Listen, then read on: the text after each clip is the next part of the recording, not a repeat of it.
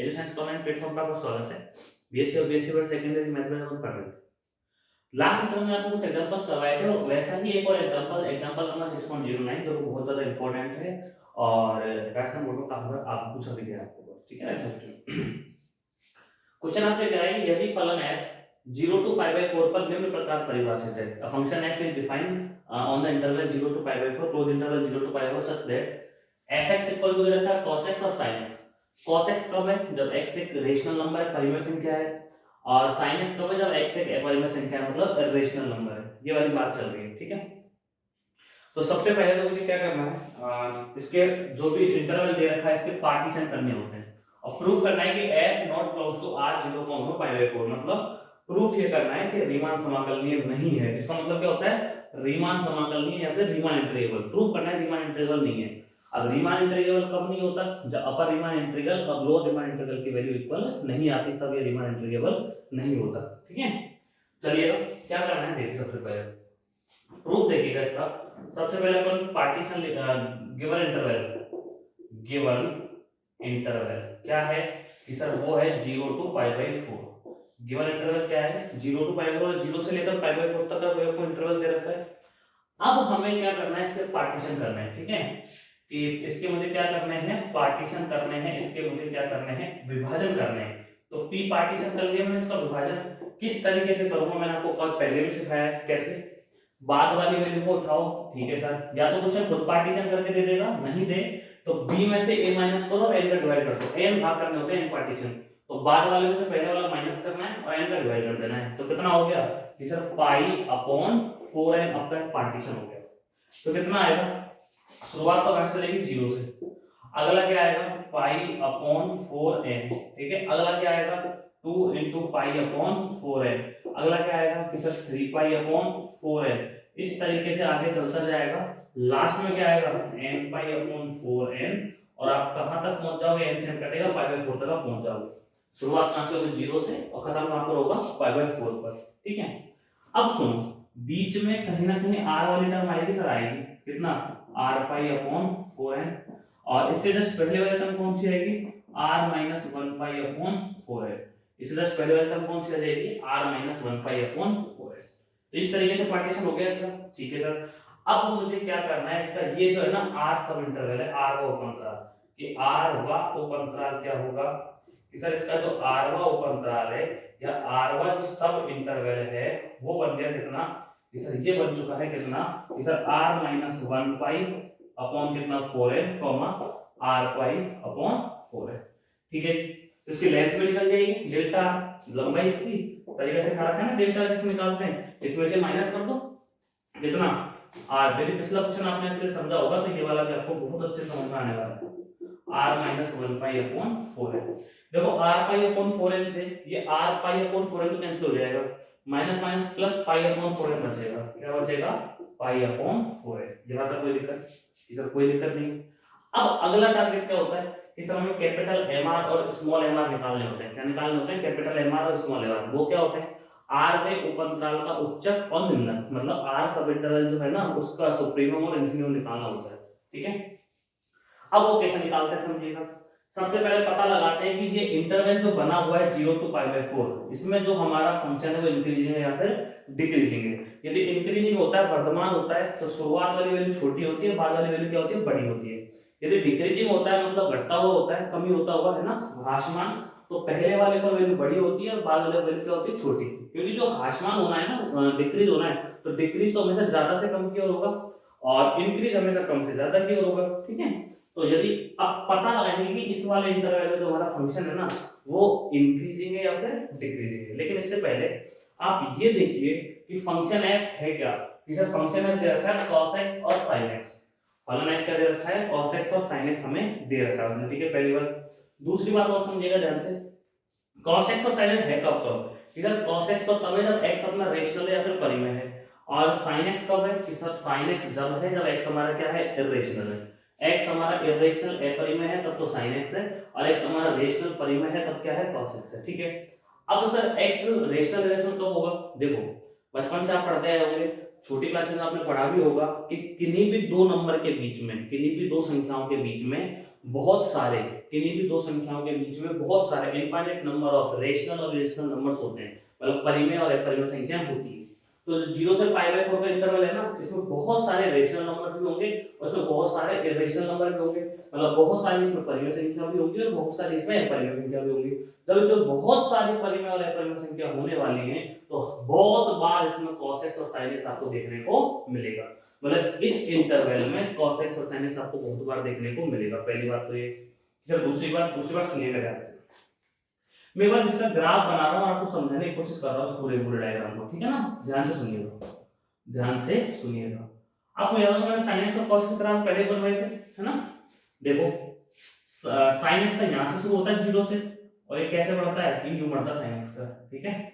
और cos x का कैसे बनता है सर? cos x का बन जाता है हमारा यहां से। cos x का कैसे बनता है हमारा? cos x की वैल्यू 1 होती है ना, अरे cos 0 की वैल्यू 1 होती है ना, तो शुरुआत कहां से होगी ग्राफ की? 1 से शुरुआत होगी। शुरुआत कहां से होगी? 1 से होगी शुरुआत, ठीक है जी?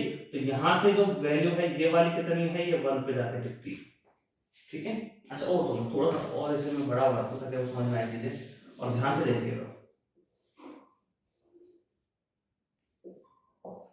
ये 0 वैल्यू है, ठीक है? तो मैं इस तरीके से बनाया, एक पार्टीशन तो ये कर दिया मैंने इसका और दूसरा पार्टीशन आगे बढ़ेगा, तो ये किसका ग्राफ है? sin x। ऐसा ही होता है, 0 शुरू होता है, ठीक है? हाँ, जो वैल्यू जो है ये वाली, ये π/2 पर आती है, 1 वैल्यू जो आती है ना ये वाली, ये कहां पर आती है? π/2 पर।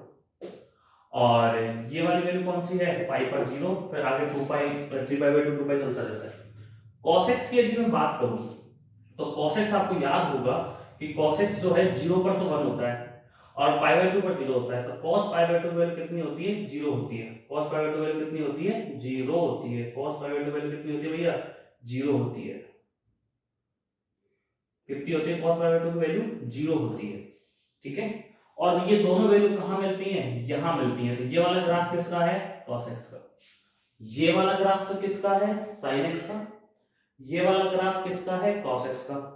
sin x और cos x वाले ग्राफ जिस पॉइंट पर मिल रहे हैं, ये जो पॉइंट है वो पॉइंट है π/4 और ये कौन सा है? 0। और आपने पढ़ा भी होगा कि sin π/4 और cos π/4 की वैल्यू कितनी होती है? 1 होती है। cos π/4 और sin π/4 की वैल्यू कितनी होती है? 1। sin 45 और cos 45 का मान कितना होता है? 1 होता है, ठीक है? इस वजह से दोनों यहाँ पर मिल रहे हैं। ये बात क्लियर हो गई आपको? ठीक है। इंटरवल हमारा कौन सा है? 0 से π/4। तो 0 से π/4 तक की वैल्यू यहां से लेकर यहां तक है या नहीं? अरे 0 से π/4 तक की वैल्यू यहां से लेकर यहां तक है या नहीं? इस है।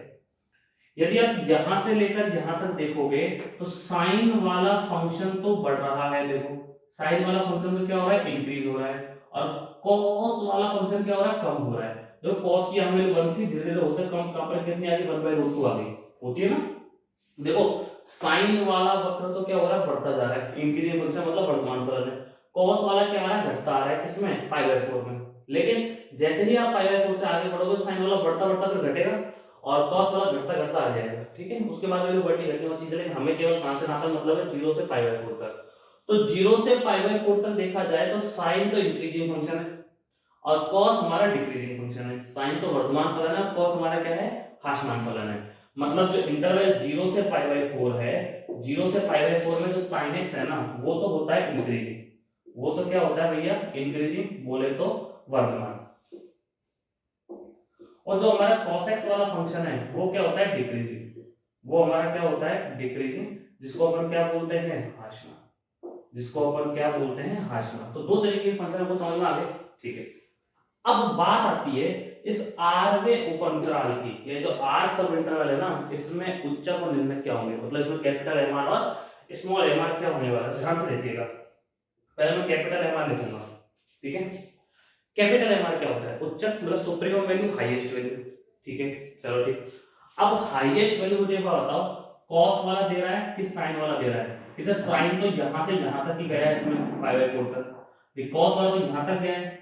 अरे इस 0 से लेकर π/4 तक sin की हो तो यहां से यहां तक गई है, ये cos वाली वैल्यू यहां तक गई है, यहां तक। तो ज्यादा कौन गया? cos गया है। ज्यादा कौन गया? cos। हाईएस्ट पर कौन गया? cos गया है ना। तो डेफिनेटली cos वाला क्या है? इसमें हाईएस्ट वैल्यू आपको देगा, मतलब cos वाला इसमें क्या देगा? आपको हाईएस्ट वैल्यू देगा। और स्मॉल mr जो निम्नक है वो कौन देगा? sin वाला। क्यों? क्योंकि सबसे लोएस्ट वैल्यू इस इंटरवल में किसकी है? साइन की है। इस लोएस्ट वैल्यू इस इंटरवल में किसकी है? साइन की। पूरे इंटरवल की बात कर रहा हूं मैं, ठीक है? पूरे के पूरे अंतराल में सबसे न्यूनतम मान किसका है? साइन का है। और सबसे अधिकतम मान किसका है? इसमें कॉस का है। यहाँ पर ये बातें क्लियर हो गई सर? ठीक है। लेकिन यदि इस आरवे उपअंतराल की बात की जाए तो ये दो पॉइंट है, इनमें से किस पॉइंट पर तो सुप्रीमम मिलेगा और किस पॉइंट पर इन्फिनिमम मिलेगा, ये चेक करने वाली बात है। ठीक है, चलो कॉस को पकड़ो। कॉस डिक्रीजिंग फंक्शन है कि इंक्रीजिंग फंक्शन है? इधर कॉस हमारा हाशमान फलन है, यहां से मान घट रहा है। तो जब मान घटेगा, मान की कमी होगी या डिक्रीजिंग फंक्शन होगा, तो वैल्यू तो हमेशा टॉप से कम होती है। भाई वैल्यू जो होती है हमेशा ज्यादा से कमी तो होती है, तो हाईएस्ट वैल्यू शुरुआत में होगी। बात को समझने की कोशिश करिएगा। किसी भी इंटरवल में कोई भी फंक्शन जो है वो डिक्रीजिंग है, किसी भी अंतराल में कोई भी फलन क्या है? घटता हुआ है, ह्रासमान है। तो घटती कहां से चीज है? कमी कहां से होती है? कमी होती है ज्यादा से कम कमी होती है, मतलब हाई टू लो अपन चलते हैं। तो हाई टू लो आप पाओगे, जो हाई है, जो हाईएस्ट है, जो हाई है, जो हाईएस्ट है, वही तो उसका सुप्रीमम होगा, वही तो उच्चक होगा। तो इस जब डिक्रीजिंग फंक्शन की जो हाईएस्ट वैल्यू कॉस वाली है, वो कहां पर होगी? यहां पर होगी। ठीक है, मतलब इस इंटरवल में कॉस कैसा फंक्शन है? डिक्रीजिंग फंक्शन है, हाशमान फलन है। तो इस अंतराल में कॉस यदि हाशमान फलन है तो इस पर तो मान देगा सबसे ज्यादा, और फिर धीरे धीरे धीरे धीरे कम होता होता इस पे सबसे कम मान दे देगा। कॉस, केवल कॉस की बात कर रहा हूं। तो कॉस इस पर यदि हाईएस्ट वैल्यू देगा तो इसी को अपन लिख लेते हैं r-1 पाई अपॉन कितना? 4 है। तो ये मेरे पास क्या आ चुका है? कैपिटल एम आर, मतलब आरवें उपअंतराल का उच्चक, आर सब इंटरवल का सुप्रीमम। आरवें उपअंतराल का उच्चक, आर सब इंटरवल का सुप्रीमम। यहां तक कोई दिक्कत है? इधर यहां तक कोई दिक्कत नहीं, समझ में आ गई? नहीं समझ में दोबारा पूछ जाना, दोबारा देख लेना। अब आ जाओ स्मॉल एम आर पे। स्मॉल एम आर का मतलब क्या है कि सर निम्न किसका? इन्फिनिमम किसका? इस इंटरवल का। इस इंटरवल में इन्फिनिमम कहां होगा ये ढूंढना है। इस पॉइंट पे होगा, इस पॉइंट पे होगा। तो देखो इस पॉइंट पर यदि सुप्रीमम मिला है ना, तो डेफिनेटली इस पॉइंट पर क्या मिलना है? इन्फिनिमम। फिर भी सुनिएगा, साइन वाला कैसा फंक्शन है पूरे के पूरे इंटरवल में? कि सर इंक्रीजिंग फंक्शन है, मतलब ये बढ़ रही है इसकी वैल्यू। यहां से आता कैसा है? ये वर्तमान है, इसकी वैल्यू क्या हो रही है? बढ़ रही है। तो इंक्रीजिंग फंक्शन जो होता है उस पे अपन को लोएस्ट वैल्यू देखनी है। इंक्रीजिंग फंक्शन की मतलब यह वर्तमान फलन का आपको न्यूनतम मान देखना है। तो वर्तमान फलन पर जब आप न्यूनतम मान देखने लगेंगे, वर्तमान फलन जो है ना उसका जो न्यूनतम मान है वो शुरुआत से होगा। न्यूनतम मतलब इंक्रीजिंग का मतलब क्या है? हमेशा कम से ज्यादा की ओर बढ़ना। तो जो सबसे कम वैल्यू है सबसे पहले आ जाएगी, कम वैल्यू क्या है वो सबसे पहले आ जाएगी। ठीक है, तो होगा क्या कि साइन हमारा इंक्रीजिंग फंक्शन है, साइन हमारा इंक्रीजिंग फंक्शन है, तो सबसे कम वैल्यू है, जो सबसे कम वैल्यू है वो कहां मिलेगी? शुरुआती पॉइंट में मिल जाएगी। सॉरी, इंक्रीजिंग फंक्शन है ना, हाँ, तो सबसे कम वैल्यू कहां मिल जाएगी? शुरुआती पॉइंट में मिल जाएगी। तो इस पॉइंट में मिलेगी कितनी?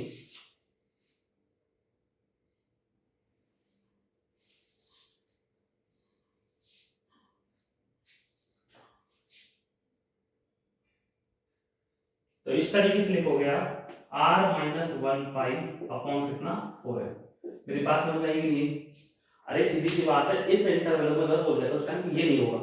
इस इंटरवल का सिंपल सा फंडा है, इसी पे तो मिलेगा सुप्रीमम, इसी पे ही क्या मिलेगा? इन्फिनिमम। सुप्रीमम कॉस के रूप में, इन्फिनिमम साइन के रूप में। ठीक है, ये बात समझ में आ गई? तो दोबारा सुनिएगा ध्यान से, आप मेरी बात को दोबारा सुनिएगा।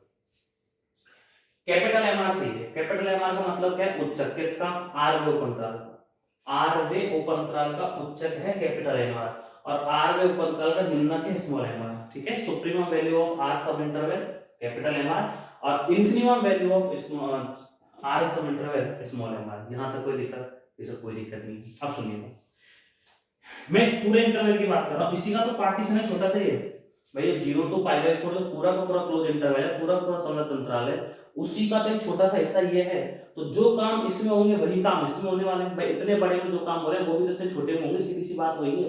इस वाले इंटरवल में इंक्रीजिंग है तो इस वाले इंटरवल में इंक्रीजिंग होगा। तो इस इंटरवल में 0 से π/4 में आप देखोगे तो साइन वाली वैल्यू तो बढ़ रही है और कॉस वाली वैल्यू घट रही है। तो कॉस तो क्या है? डिक्रीजिंग फंक्शन, मतलब हाशमान फलन। साइन वाला क्या है? इंक्रीजिंग फंक्शन, बोले तो बढ़ोतरी फलन। ठीक है, अब जो डिक्रीज होगा वो ज्यादा से कम की ओर डिक्रीज होगा। ठीक है, तो वो ज्यादा रहेगा, तो सुप्रीमम कहां मिलेगा? कॉस पे। जो डिक्रीज हो इंक्रीज होगा वो कम से ज्यादा की ओर होगा, तो सबसे कम उसके पास रहेगा, तो साइन वाला सबसे कम हो गया। और ऐसे दिख रहा है, इस साइन को देखो, अब सबसे कम वैल्यू यहां है, cos को देखो सबसे कम वैल्यू, सबसे ज्यादा वैल्यू यहाँ है, तो इस पूरे के पूरे इंटरवल में 0 से π/4 में cos को हाईएस्ट वैल्यू दे रहा है, sin लोएस्ट वैल्यू दे रहा है, तो cos को देगा हाईएस्ट और sin देगा लोएस्ट। अब बात आती है इन दोनों में से कौन से पॉइंट पर, ठीक है। cos हमारा डिक्रीजिंग फंक्शन है, ह्रासमान फलन, तो हमेशा ज्यादा से कम की ओर कम होगा, सीधी सी बात है, ह्रासमान है तो ज्यादा से कम की ओर होने वाला है, तो ज्यादा रहा होगा कोई ना कोई सा पॉइंट, जब जाके वो कम होगा तो ये पॉइंट ज्यादा रहा होगा, फिर धीरे धीरे कम गए होंगे, तभी जाके इसका कम हुआ होगा, तभी तो डिक्रीजिंग है वो। तो इस पॉइंट पर क्या मिलेगी, सबसे हाईएस्ट वैल्यू, तो वो लिखती है। साइन हमारा कैसा है, इंक्रीजिंग फंक्शन, साइन कैसा है, इंक्रीजिंग, वर्धमान फलन, वर्धमान कहां से कहां होता है, हमेशा कम से ज्यादा की ओर, वर्धमान कहां होता है, हमेशा कम से ज्यादा की ओर, तो कम से ज्यादा की ओर बढ़ रहा हो तो सबसे कम वैल्यू कहां होगी, इसी पर होगी ना, वो मैंने यहां पर लिखा, ठीक है। अब तीन चीजें आ चुकी हैं, डेल्टा आ चुका है, स्मॉल एम आ चुका है, कैपिटल एम आ चुका है, फॉर्मूला पुट करना है, यू वेक्टर एल वेक्टर आपको निकालना है, और फिर आप इस क्वेश्चन बाहर देखेंगे। तो यहां से नोट कीजिए, ऊपर कोई डाउट है दोबारा देखिए।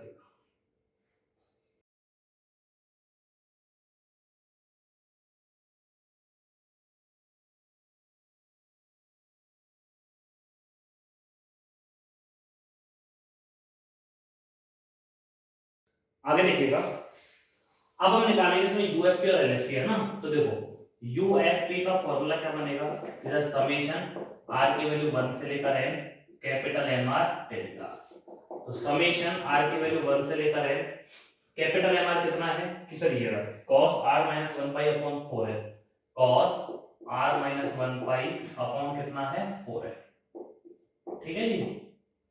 और डेल्टा r कितना है कि सर वो है पाई अपॉन 4 है, थोड़ा सा भी गौर से देखोगे तो लिमिट आ रही है, तो पाई अपॉन 4 को रोल है ही, तो उसको तो ढंग से बाहर देखो कितना लिखा है इसको मैंने, पाई अपॉन 4n, तो बाहर समेशन r की वैल्यू 1 से लेकर n cos r - 1 pi upon 4 है। यहां तक कोई किस तरह की दिक्कत, कोई दिक्कत नहीं, ठीक है। आगे बढ़ता हूं, ध्यान से सुनिएगा।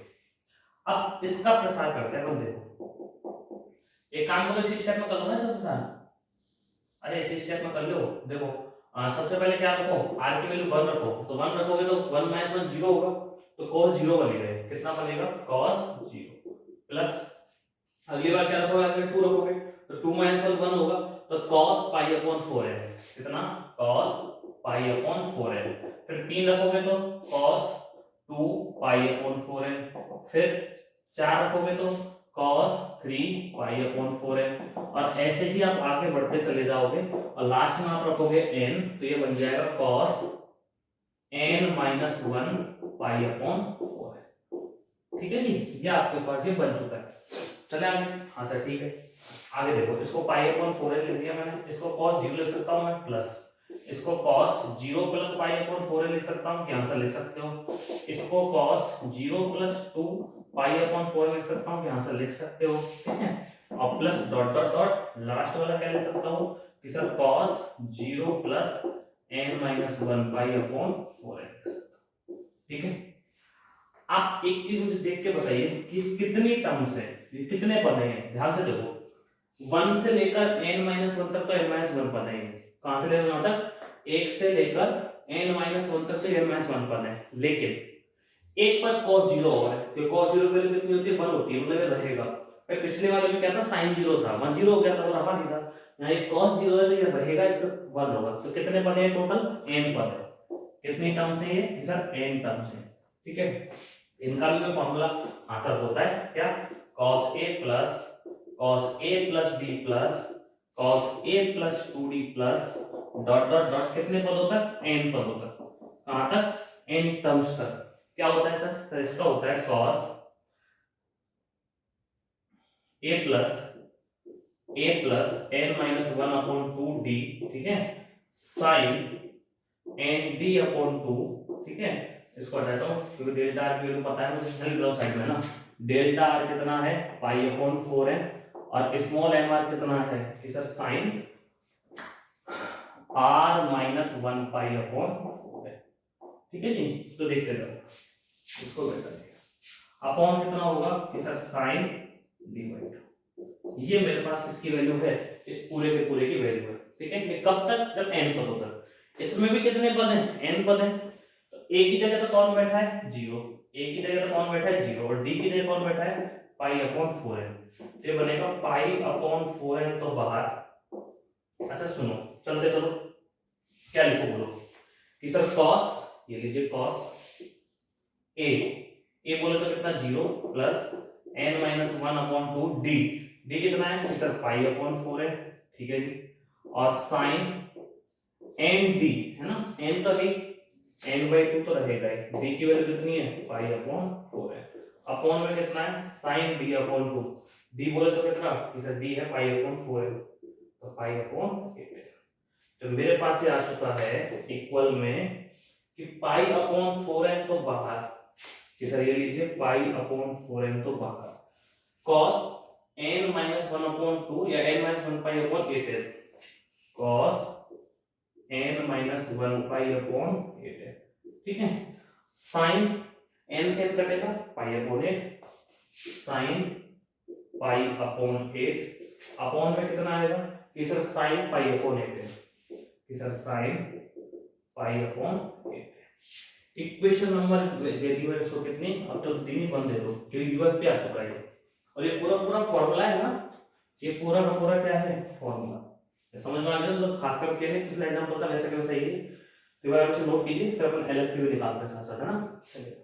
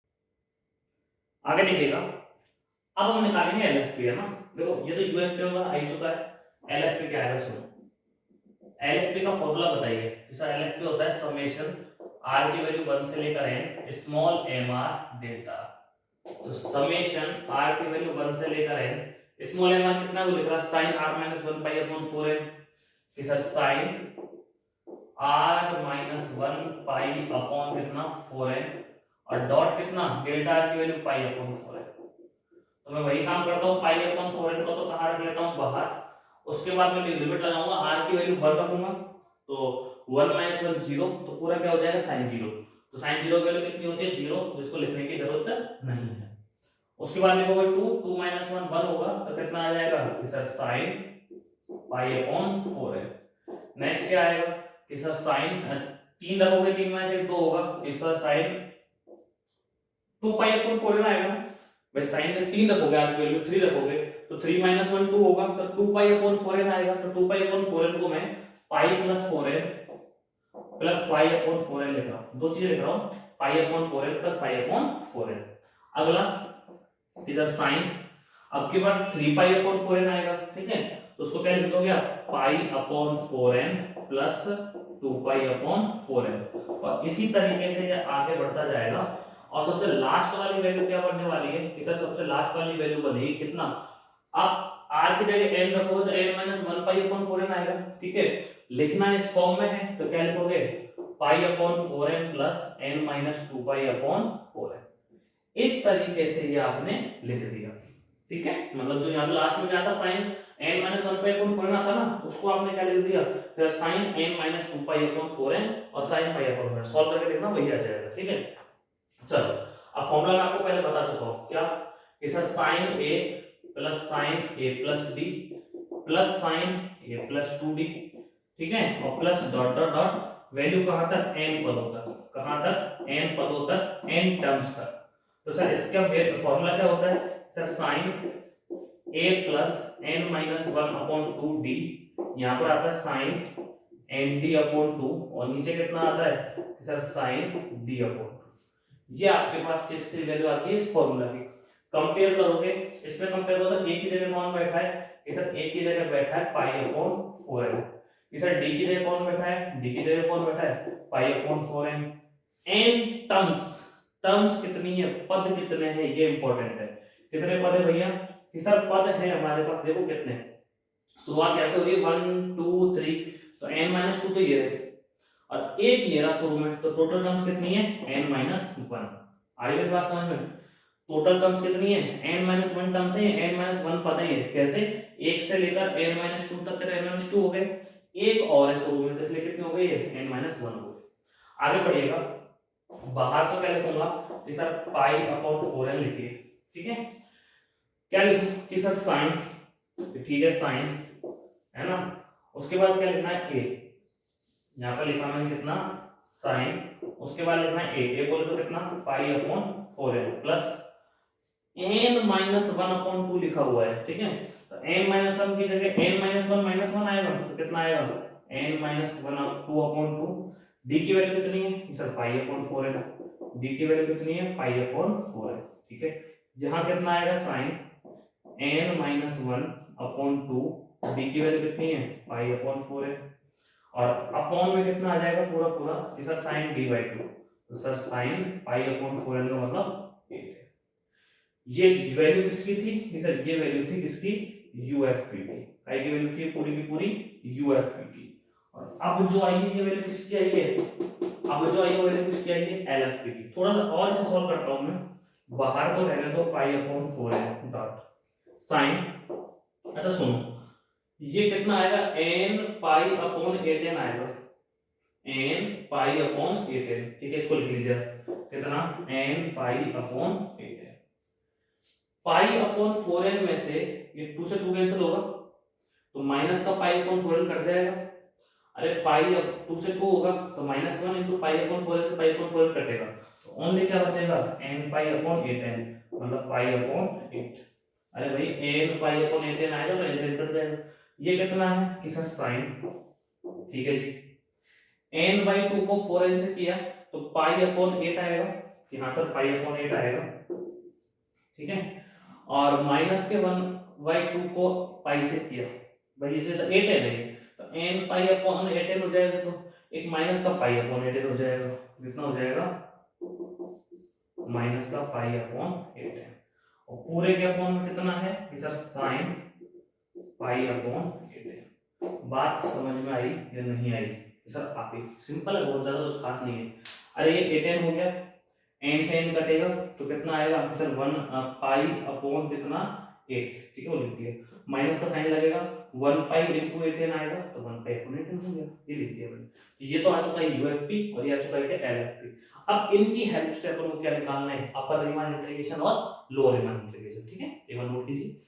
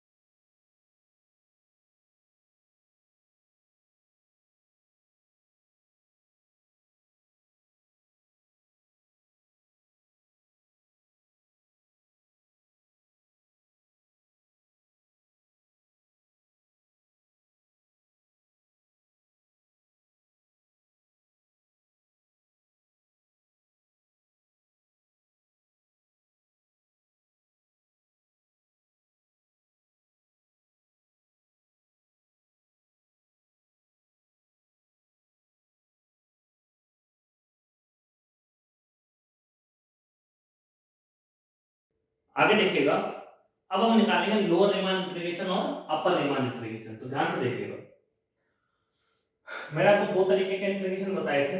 एक तो था आपका लोअर रीमान इंटीग्रेशन जिसको बोलते हैं ए से बी बार, ए बार से b f x d x. ठीक है, ये था क्या कि सर जितने भी लोअर डाबक सम होंगे एल एफ के जितने होंगे उन सबकी सबसे हाईएस्ट वैल्यू है ना सुप्रीमम। तो क्या लिखूंगा, फिर इसका फॉर्मूला था सुप्रीमम ऑफ जितने भी हमारे एलएफपी होंगे, जितने भी हमारे एलएफपी होंगे P belongs to P A, B, ये मैंने बताया था आपको। ठीक है, और सुप्रीमम ऑफ एलएफपी निकालने के लिए भी तरीका सिखाया था मैंने कि सर लिमिट लगा दो किसमें, एलएफपी में। तो एलएफपी वाली ये तो है। ठीक है, तो क्या बनेगा बताना, पूरा का पूरा पाई अपॉन 4n। ठीक है सर, उसके बाद लिखोगे साइन पाई अपॉन 8। ठीक है सर, उसके बाद लिखोगे साइन पाई अपॉन 8 माइनस का पाई अपॉन 8n। ठीक है, अपॉन में कितना कि sir sine pi upon 8n। ठीक है, चलो अभी ठीक। अच्छा मुझे बताओ, इसमें 2 से ऊपर नीचे मल्टीप्लाई कर लो, कोई दिक्कत वाली बात थोड़ी है कि सर कोई दिक्कत नहीं है क्योंकि पाई अपॉन 8n बन जाएगा, है ना। और इस लिमिट को थोड़ा सा मैं ऐसे सेट कर रहा हूं, ध्यान से देखिएगा, limit n tends to infinity, 2 तो बाहर, pi upon 8n upon sine pi upon 8n, मतलब पाई अपॉन 8n ये रहा, साइन पाई अपॉन 8n ये रहा। ठीक है, इनटू का साइन ये रहा, कितना साइन पाई अपॉन 8 और फिर साइन कितना pi upon 8 minus pi upon 8। यहां तक कोई दिक्कत है कि सर कोई दिक्कत नहीं है। अब एक लिमिट भी आपने पढ़ी होगी कि सर हाँ पढ़ी है, लिमिट कौन सी कि sir limit n tends to 0 x tends to 0 sin x upon x की वैल्यू क्या होती है कि सर 1 होती है, पढ़ी है। sin x अपॉन x की वैल्यू क्या होती है, 1 होती है, पढ़ चुके होंगे। तो वैसे जब यहाँ पर है sin x अपॉन x होना चाहिए था, लेकिन ये उल्टा है, x अपॉन sin x से तो लिमिट भी उल्टी होगी भाई। जैसे लिमिट है तो उल्टा करोगे क्या, इसको 1 अपॉन x कर दो, 1 अपॉन 0 कर दो, तो लिमिट उल्टी करोगे तो ये भी उल्टे होंगे। तो 0 का उल्टा क्या होता है, इंफिनिटी, तो ये भी उल्टे हो गए। तो इस लिमिट की वैल्यू कितनी होगी कि सर इस लिमिट की वैल्यू कितनी हो जाएगी 1। तो आप क्या लिखोगे 2 into 1 into sin pi upon 8 dot sine कितना, तो यहाँ n की जगह इंफिनिटी रखोगे तो 1 अपॉन इंफिनिटी 0 हो जाएगा पूरा का पूरा। तो कितना हो जाएगा इधर sin पाई अपॉन 8। तो आपके पास आ गया 2 sin स्क्वायर पाई अपॉन 8। कितना आ गया ऊपर 2 sin स्क्वायर पाई अपॉन 8। अब आप ये भी जानते हो 2 sin स्क्वायर थीटा क्या होता है कि सर होता है, पढ़ाया आपने याद हो तो कि सर 2 sin स्क्वायर थीटा बराबर 1 माइनस cos 2 थीटा। तो क्या लिखूंगा कि 1 माइनस cos 2 थीटा की वैल्यू कितनी है पाई बाई 8। तो ये आ गया 1 माइनस cos 2 से 8 4 बार कटेगा, कितना आएगा पाई बाई 4। तो 1 minus 1 by cos pi by 1 होती है। अब आगे देखिएगा, ये तो हो गया किसका काम, लोअर रीमान इंटीग्रेशन का। ऐसे ही अपन निकालेंगे क्या, अपर रीमान इंटीग्रेशन। क्या निकालेंगे, अपर रीमान इंटीग्रेशन, जिसको बोलते हैं a से b bar f x d x is equal infimum of किसके, यूएफपी के, फॉर ऑल p बिलोंग करेगा किसमें, p a, b। इन्फिनिमम निकालने का तरीका, लिमिट अप्लाई कर दो डायरेक्टली। क्या अप्लाई कर दो भैया, लिमिट कितना है पाई अपॉन 4n, तो इसको वही 2 डॉट पाई अपॉन 8n लिख दूं, यहां से लिख सकता हूं, कोई दिक्कत नहीं। 200 में से गुणा करके अपॉन में कितना, फिर sin पाई अपॉन 8n, फिर कितना है कि सर cos, है ना। सुनो पाई अपॉन 8 तो है, n अपॉन n करोगे 1 आएगा, ठीक है, माइनस 1 अपॉन n करोगे 1 अपॉन n आएगा, और बाहर कितना है पाई अपॉन 8। अब देखो n बटा n क्या देगा आएगा, 1 बटा n क्या देगा 1 बटा n आ जाएगा, बाहर पाई अपॉन 8 है, इनटू में कितना है यहाँ पर sin पाई अपॉन। ठीक है, इसकी वैल्यू कितनी हो गई, फिर से देखो 1 हो गई, क्योंकि जो उल्टा होता है 0 होता है ना तो वैल्यू 1 होती है, लेकिन जब इंफिनिटी में इसकी वैल्यू 1, तो 2 डॉट 1 डॉट यहां लगाओगे इंफिनिटी तो 1 1 0 1 0 0, तो cos पाई बाई 8, तो sin pi by 8 cos pi by 8। ठीक है, आगे सुनिएगा, 2 sin theta cos theta sin 2 theta, अरे 2 sin theta cos theta sin 2 theta, तो कितना हो गया ये sin pi by 4। sin pi by 4 की वैल्यू 1/√2। क्या दोनों इक्वल आ रहे? कि सर नहीं है। इधर ना यहाँ upper Riemann integration is not equal to lower Riemann integration. Lower Riemann integration, so f Riemann समाकलनीय नहीं है। f is not Riemann integrable. अब लिमिट आपको 0 से पाई बाई 4 दे रखी थी, तो आप चाहो तो यहाँ 0 बार से पाई बाई 4 लिख सकते हो, वरना a और b से भी करते हो तो कोई दिक्कत नहीं है। ठीक है जी, आप चाहो यहाँ क्या लिख दो, 0 से पाई बाई 4 पर ऊपर बार, यहाँ 0 बार से पाई बाई 4, यहाँ 0 से पाई बाई 4 पर बार,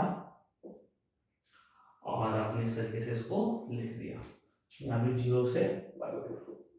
आसान क्वेश्चन है, बस सॉल्यूशन करना था इसको। पिछला क्वेश्चन था वैसे वैसे क्वेश्चन। चलिए नोट करिए इसे, फिर अपन आगे बढ़ते हैं और नए अच्छे क्वेश्चन।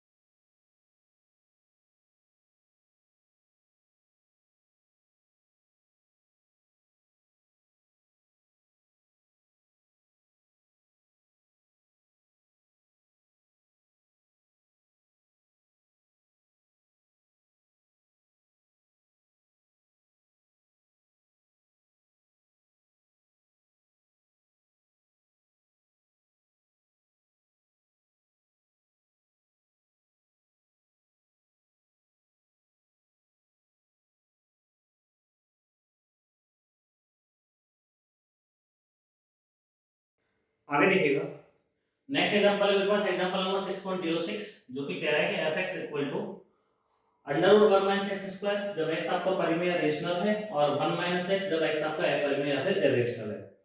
x वैल्यू बिलोंग कर रही है 0 to 1 में, और प्रूव करना है कि रीमान इंटीग्रेबल नहीं है, रीमान समाकलनीय नहीं है हमारा क्वेश्चन। तो पहली बात तो आप लोग ये समझिएगा कि इस क्वेश्चन में जब भी आपको रेशनल और इरेशनल वाली सिचुएशन मिले, मतलब परिमेय और अपरिमेय वाली, तो वहां आपको ये समझना है कि परिमेय और अपरिमेय संख्या बहुत सारी होती है, मतलब इनफाइनाइट नंबर ऑफ टर्म्स होती है किसकी, रेशनल और इरेशनल नंबर किन्हीं भी दो पॉइंट्स के बीच में। ठीक है, अब उससे पहले मैं कुछ काम कर रहा हूं, क्यों कर रहा हूं उसका रीजन मैं आपको 2 मिनट बाद बताऊंगा, तो देखिएगा ध्यान से। ध्यान से देखो, मैं क्या कर रहा हूं, under root 1 minus x square के होल स्क्वायर में से 1 माइनस एक्स का होल स्क्वायर माइनस किया मैंने। क्या किया मैंने, under root 1 minus x square के होल स्क्वायर में से माइनस किया 1 माइनस एक्स का होल स्क्वायर। ठीक है, ध्यान से देखो, रूट हटेगा क्या आएगा, 1 minus x square minus a minus b का होल स्क्वायर क्या होगा, कि sir a square minus b square minus का 2ab जो कि प्लस का 2x हो जाएगा। तो ये आएगा, एक से एक कटेगा, आपके पास कितना आएगा, 2x माइनस एक्स स्क्वायर। इसमें से यदि मैंने 2x कॉमन लिया तो बचेगा कितना, x कॉमन लिया तो क्या बचेगा, 2 माइनस एक्स। ठीक है, या फिर एक काम कर सकते हैं आप, यदि इसको माइनस का कोई तो उसके अकॉर्डिंग सॉल्व कर सकता हूं। एक चीज देखो, x की जो वैल्यू है, मतलब x का जो मान है, ये x square square 2x square होगा ना, तो अपन 2x कॉमन लेंगे तो 1 माइनस x बचेगा। क्या बचेगा, 1 माइनस x। x की जो वैल्यू 0 to 1 के बीच में, 0 से 1 के बीच की किसी भी वैल्यू को यदि 1 से माइनस करेंगे, मैं 0 से 1 से मतलब है 1 से लेस, सारी वैल्यू 1 से छोटी है, तो x को आप 1 में से माइनस करोगे, मतलब 0 से 1 तक की किसी भी वैल्यू को यदि 1 में से माइनस करो तो हमें छोटी वैल्यू मिलेगी, मतलब पॉजिटिव वैल्यू मिलेगी, और x हमारा पॉजिटिव है, तो पूरा का पूरा कैसा है, पॉजिटिव है। मतलब ये जो पूरी टर्म जो आई थी कि सर कितना, under root 1 minus x square का whole square minus 1 minus x का होल स्क्वायर पॉजिटिव है। अच्छा, इसको उधर ट्रांसफर किया मैंने, तो आगे under root 1 minus x square का whole square greater than 1 minus x का होल स्क्वायर। स्क्वायर से स्क्वायर उड़ा दिया, तो under root 1 minus x square किससे बड़ा होगा, 1 माइनस एक्स से। इक्वेशन नंबर क्या आ गई, फर्स्ट। ठीक है, अब x तो बिलोंग कर रहा है किसमें, इस क्लोज इंटरवल 0 to 1 में। इसके पार्टीशन बहुत सारे होंगे, कि मान लीजिए r वा सब इंटरवल, r वा उप अंतराल क्या मान लिया मैंने, ये आरवा सब इंटरवल मैंने क्या मान लिया, ध्यान से देखिएगा कि सर आरवा सब इंटरवल मैंने मान लिया XR माइनस 1 कॉमा XR। आरवा सब इंटरवल मैंने क्या मान लिया XR माइनस 1 कॉमा XR मान लिया, ठीक। अब ऐसी वैल्यू तो हर इंटरवल में आएंगी क्योंकि रेशनल और रेशनल नंबर बहुत सारे होंगे। अरे किसी भी उप अंतराल में परिमेय और अपरिमेय संख्या तो बहुत सारी होंगी ना, ठीक है, लेकिन उन परिमेय और अपरिमेय संख्याओं के लिए हमेशा ये इससे बड़ा रहेगा। तो किसी भी इंटरवल के लिए ये तो हाईएस्ट वैल्यू रहेगी, तो ये क्या रहेगी, लोएस्ट वैल्यू रहेगी, ठीक है। अब एक लाइन लिखना है यहाँ पर कि प्रत्येक उप अंतराल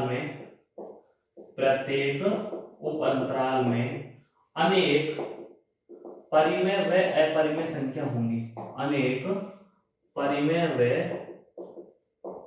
अपरिमेय संख्या होंगी। There will be infinite numbers of rational or irrational numbers. There will be infinite numbers of rational or irrational numbers in any subinterval. In any subinterval. मतलब किसी भी कोई सा अंतराल उठा लो, सब में अनेक परिमेय और अपरिमेय संख्या से विद्यमान होंगी, ठीक है। यहाँ तक क्लियर हो गया कि हाँ सर क्लियर हो गया। अब आगे बढ़ता हूँ मैं। तो इनकी जो हाईएस्ट वैल्यू होगी, जो कैपिटल MR है, वो तो हो जाएगी ये वाली, क्योंकि वैल्यू इससे और इसके बीच में तो है भाई, ये इससे बड़ा है और ये दो वैल्यू आ रही है भाई, ये इससे बड़ा है, ये दो वैल्यू आ रही है, तो एक तो वैल्यू रहेगी ये वाली और एक वैल्यू रहेगी ये वाली। तो ये छोटी ये बड़ी, तो ये वाली कौन सी, इन्फीमम, और ये वाली कौन सी, सुप्रीमम। ये निम्नक और ये उच्चक। स्मॉल MR कितना होगा, सर स्मॉल MR हो जाएगा 1 माइनस x, ठीक है। अब मुझे प्रूव करना है कि रीमान इंटीग्रेबल नहीं है, तो मुझे अपर रीमान इंटीग्रेशन और लोअर रीमान इंटीग्रेशन दिखाना पड़ेगा, लेकिन उसके लिए तो MR डेल्टा R चाहिए होता है इंटरवल के लेंथ, सब इंटरवल की। तो इस सब इंटरवल की लेंथ तो आप डायरेक्टली निकाल ही नहीं सकते, ऐसा नहीं निकली डायरेक्टली, तो फिर क्या करें। देखो सुनो, ऐसी सिचुएशन में आपको क्या करना है, आप डायरेक्टली भी इंटीग्रेशन को सॉल्व कर सकते हो। कैसे, देखिएगा। इंटीग्रेशन 0 to 1 दे रखा है ना, 0 to 1 बार fx dx। इसका मतलब है आपको हाईएस्ट वैल्यू चुननी है। इसका मतलब क्या है, आपको हाईएस्ट वैल्यू चुननी है। मतलब आप लिखोगे 0 to 1 under root 1 minus x square dx। Supremum को चुन लेना, बस सीधी बात है। और जो दूसरा वाला होगा 0 बार टू 1, उसमें क्या होगा, लोएस्ट वैल्यू चुन लेना, ठीक है। ये क्या है, सर ये फॉर्मूला है, याद कीजिए। Integration under root a square minus x square dx पढ़ा होगा बचपन में, x/2 under root a square minus x square plus का a square by 2 sine inverse x upon a। पढ़ा था क्या, यहाँ से पढ़ा है, कंपेरिजन कर लीजिए। a की जगह कौन बैठा है 1 और x की जगह कौन बैठा है x, तो क्या बनेगा कि सर x/2, ठीक है जी, इंटीग्रेशन कितना a square minus x square 1 minus x square, ठीक है, plus a square by 2 1/2 sign inverse x upon a मतलब x, और लिमिट 0 से लिमिट 1 अप्लाई करो।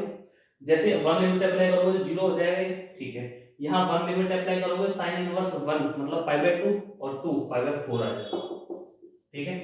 जैसे आप 0 अप्लाई करोगे यहाँ पर तो ये 0 पूरा हो जाएगा, और यहाँ 0 अप्लाई करोगे 0, तो सब कुछ 0 हो गया, ठीक है। अब देखो 0 बार से 1 fx dx, ठीक है। इंटीग्रेशन 0 to 1, 0 बार मतलब लोअर वाला है ना, मतलब लोअर रीमान इंटीग्रेशन, लोअर के लिए कम वाली वैल्यू उठा लो, कितना 1 माइनस एक्स dx, ठीक है।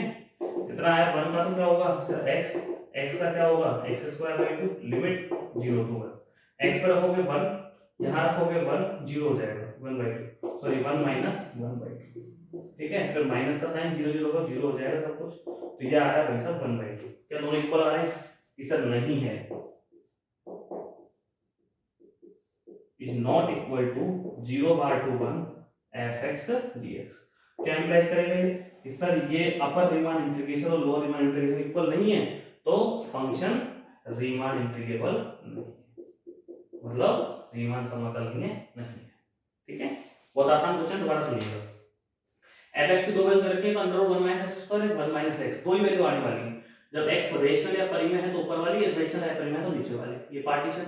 अब मैं काम कर रहा हूं, मन से मैं इसको चेक कर रहा हूं दोनों में से बड़ा कौन है इन दोनों में से, तो उसके लिए मैंने क्या किया, दोनों को होल स्क्वायर लिया, सॉल्व करके देखा, मुझे ये मिला x की वैल्यू 0 से 1 के बीच में, 0 से 1 के बीच की वैल्यू कोई भी मैं यहां रखूंगा तो 1 माइनस करोगे तो पॉजिटिव आएगा, और ये पॉजिटिव है तो पूरा का पूरा पॉजिटिव है, मतलब पूरी वैल्यू कैसी है पॉजिटिव।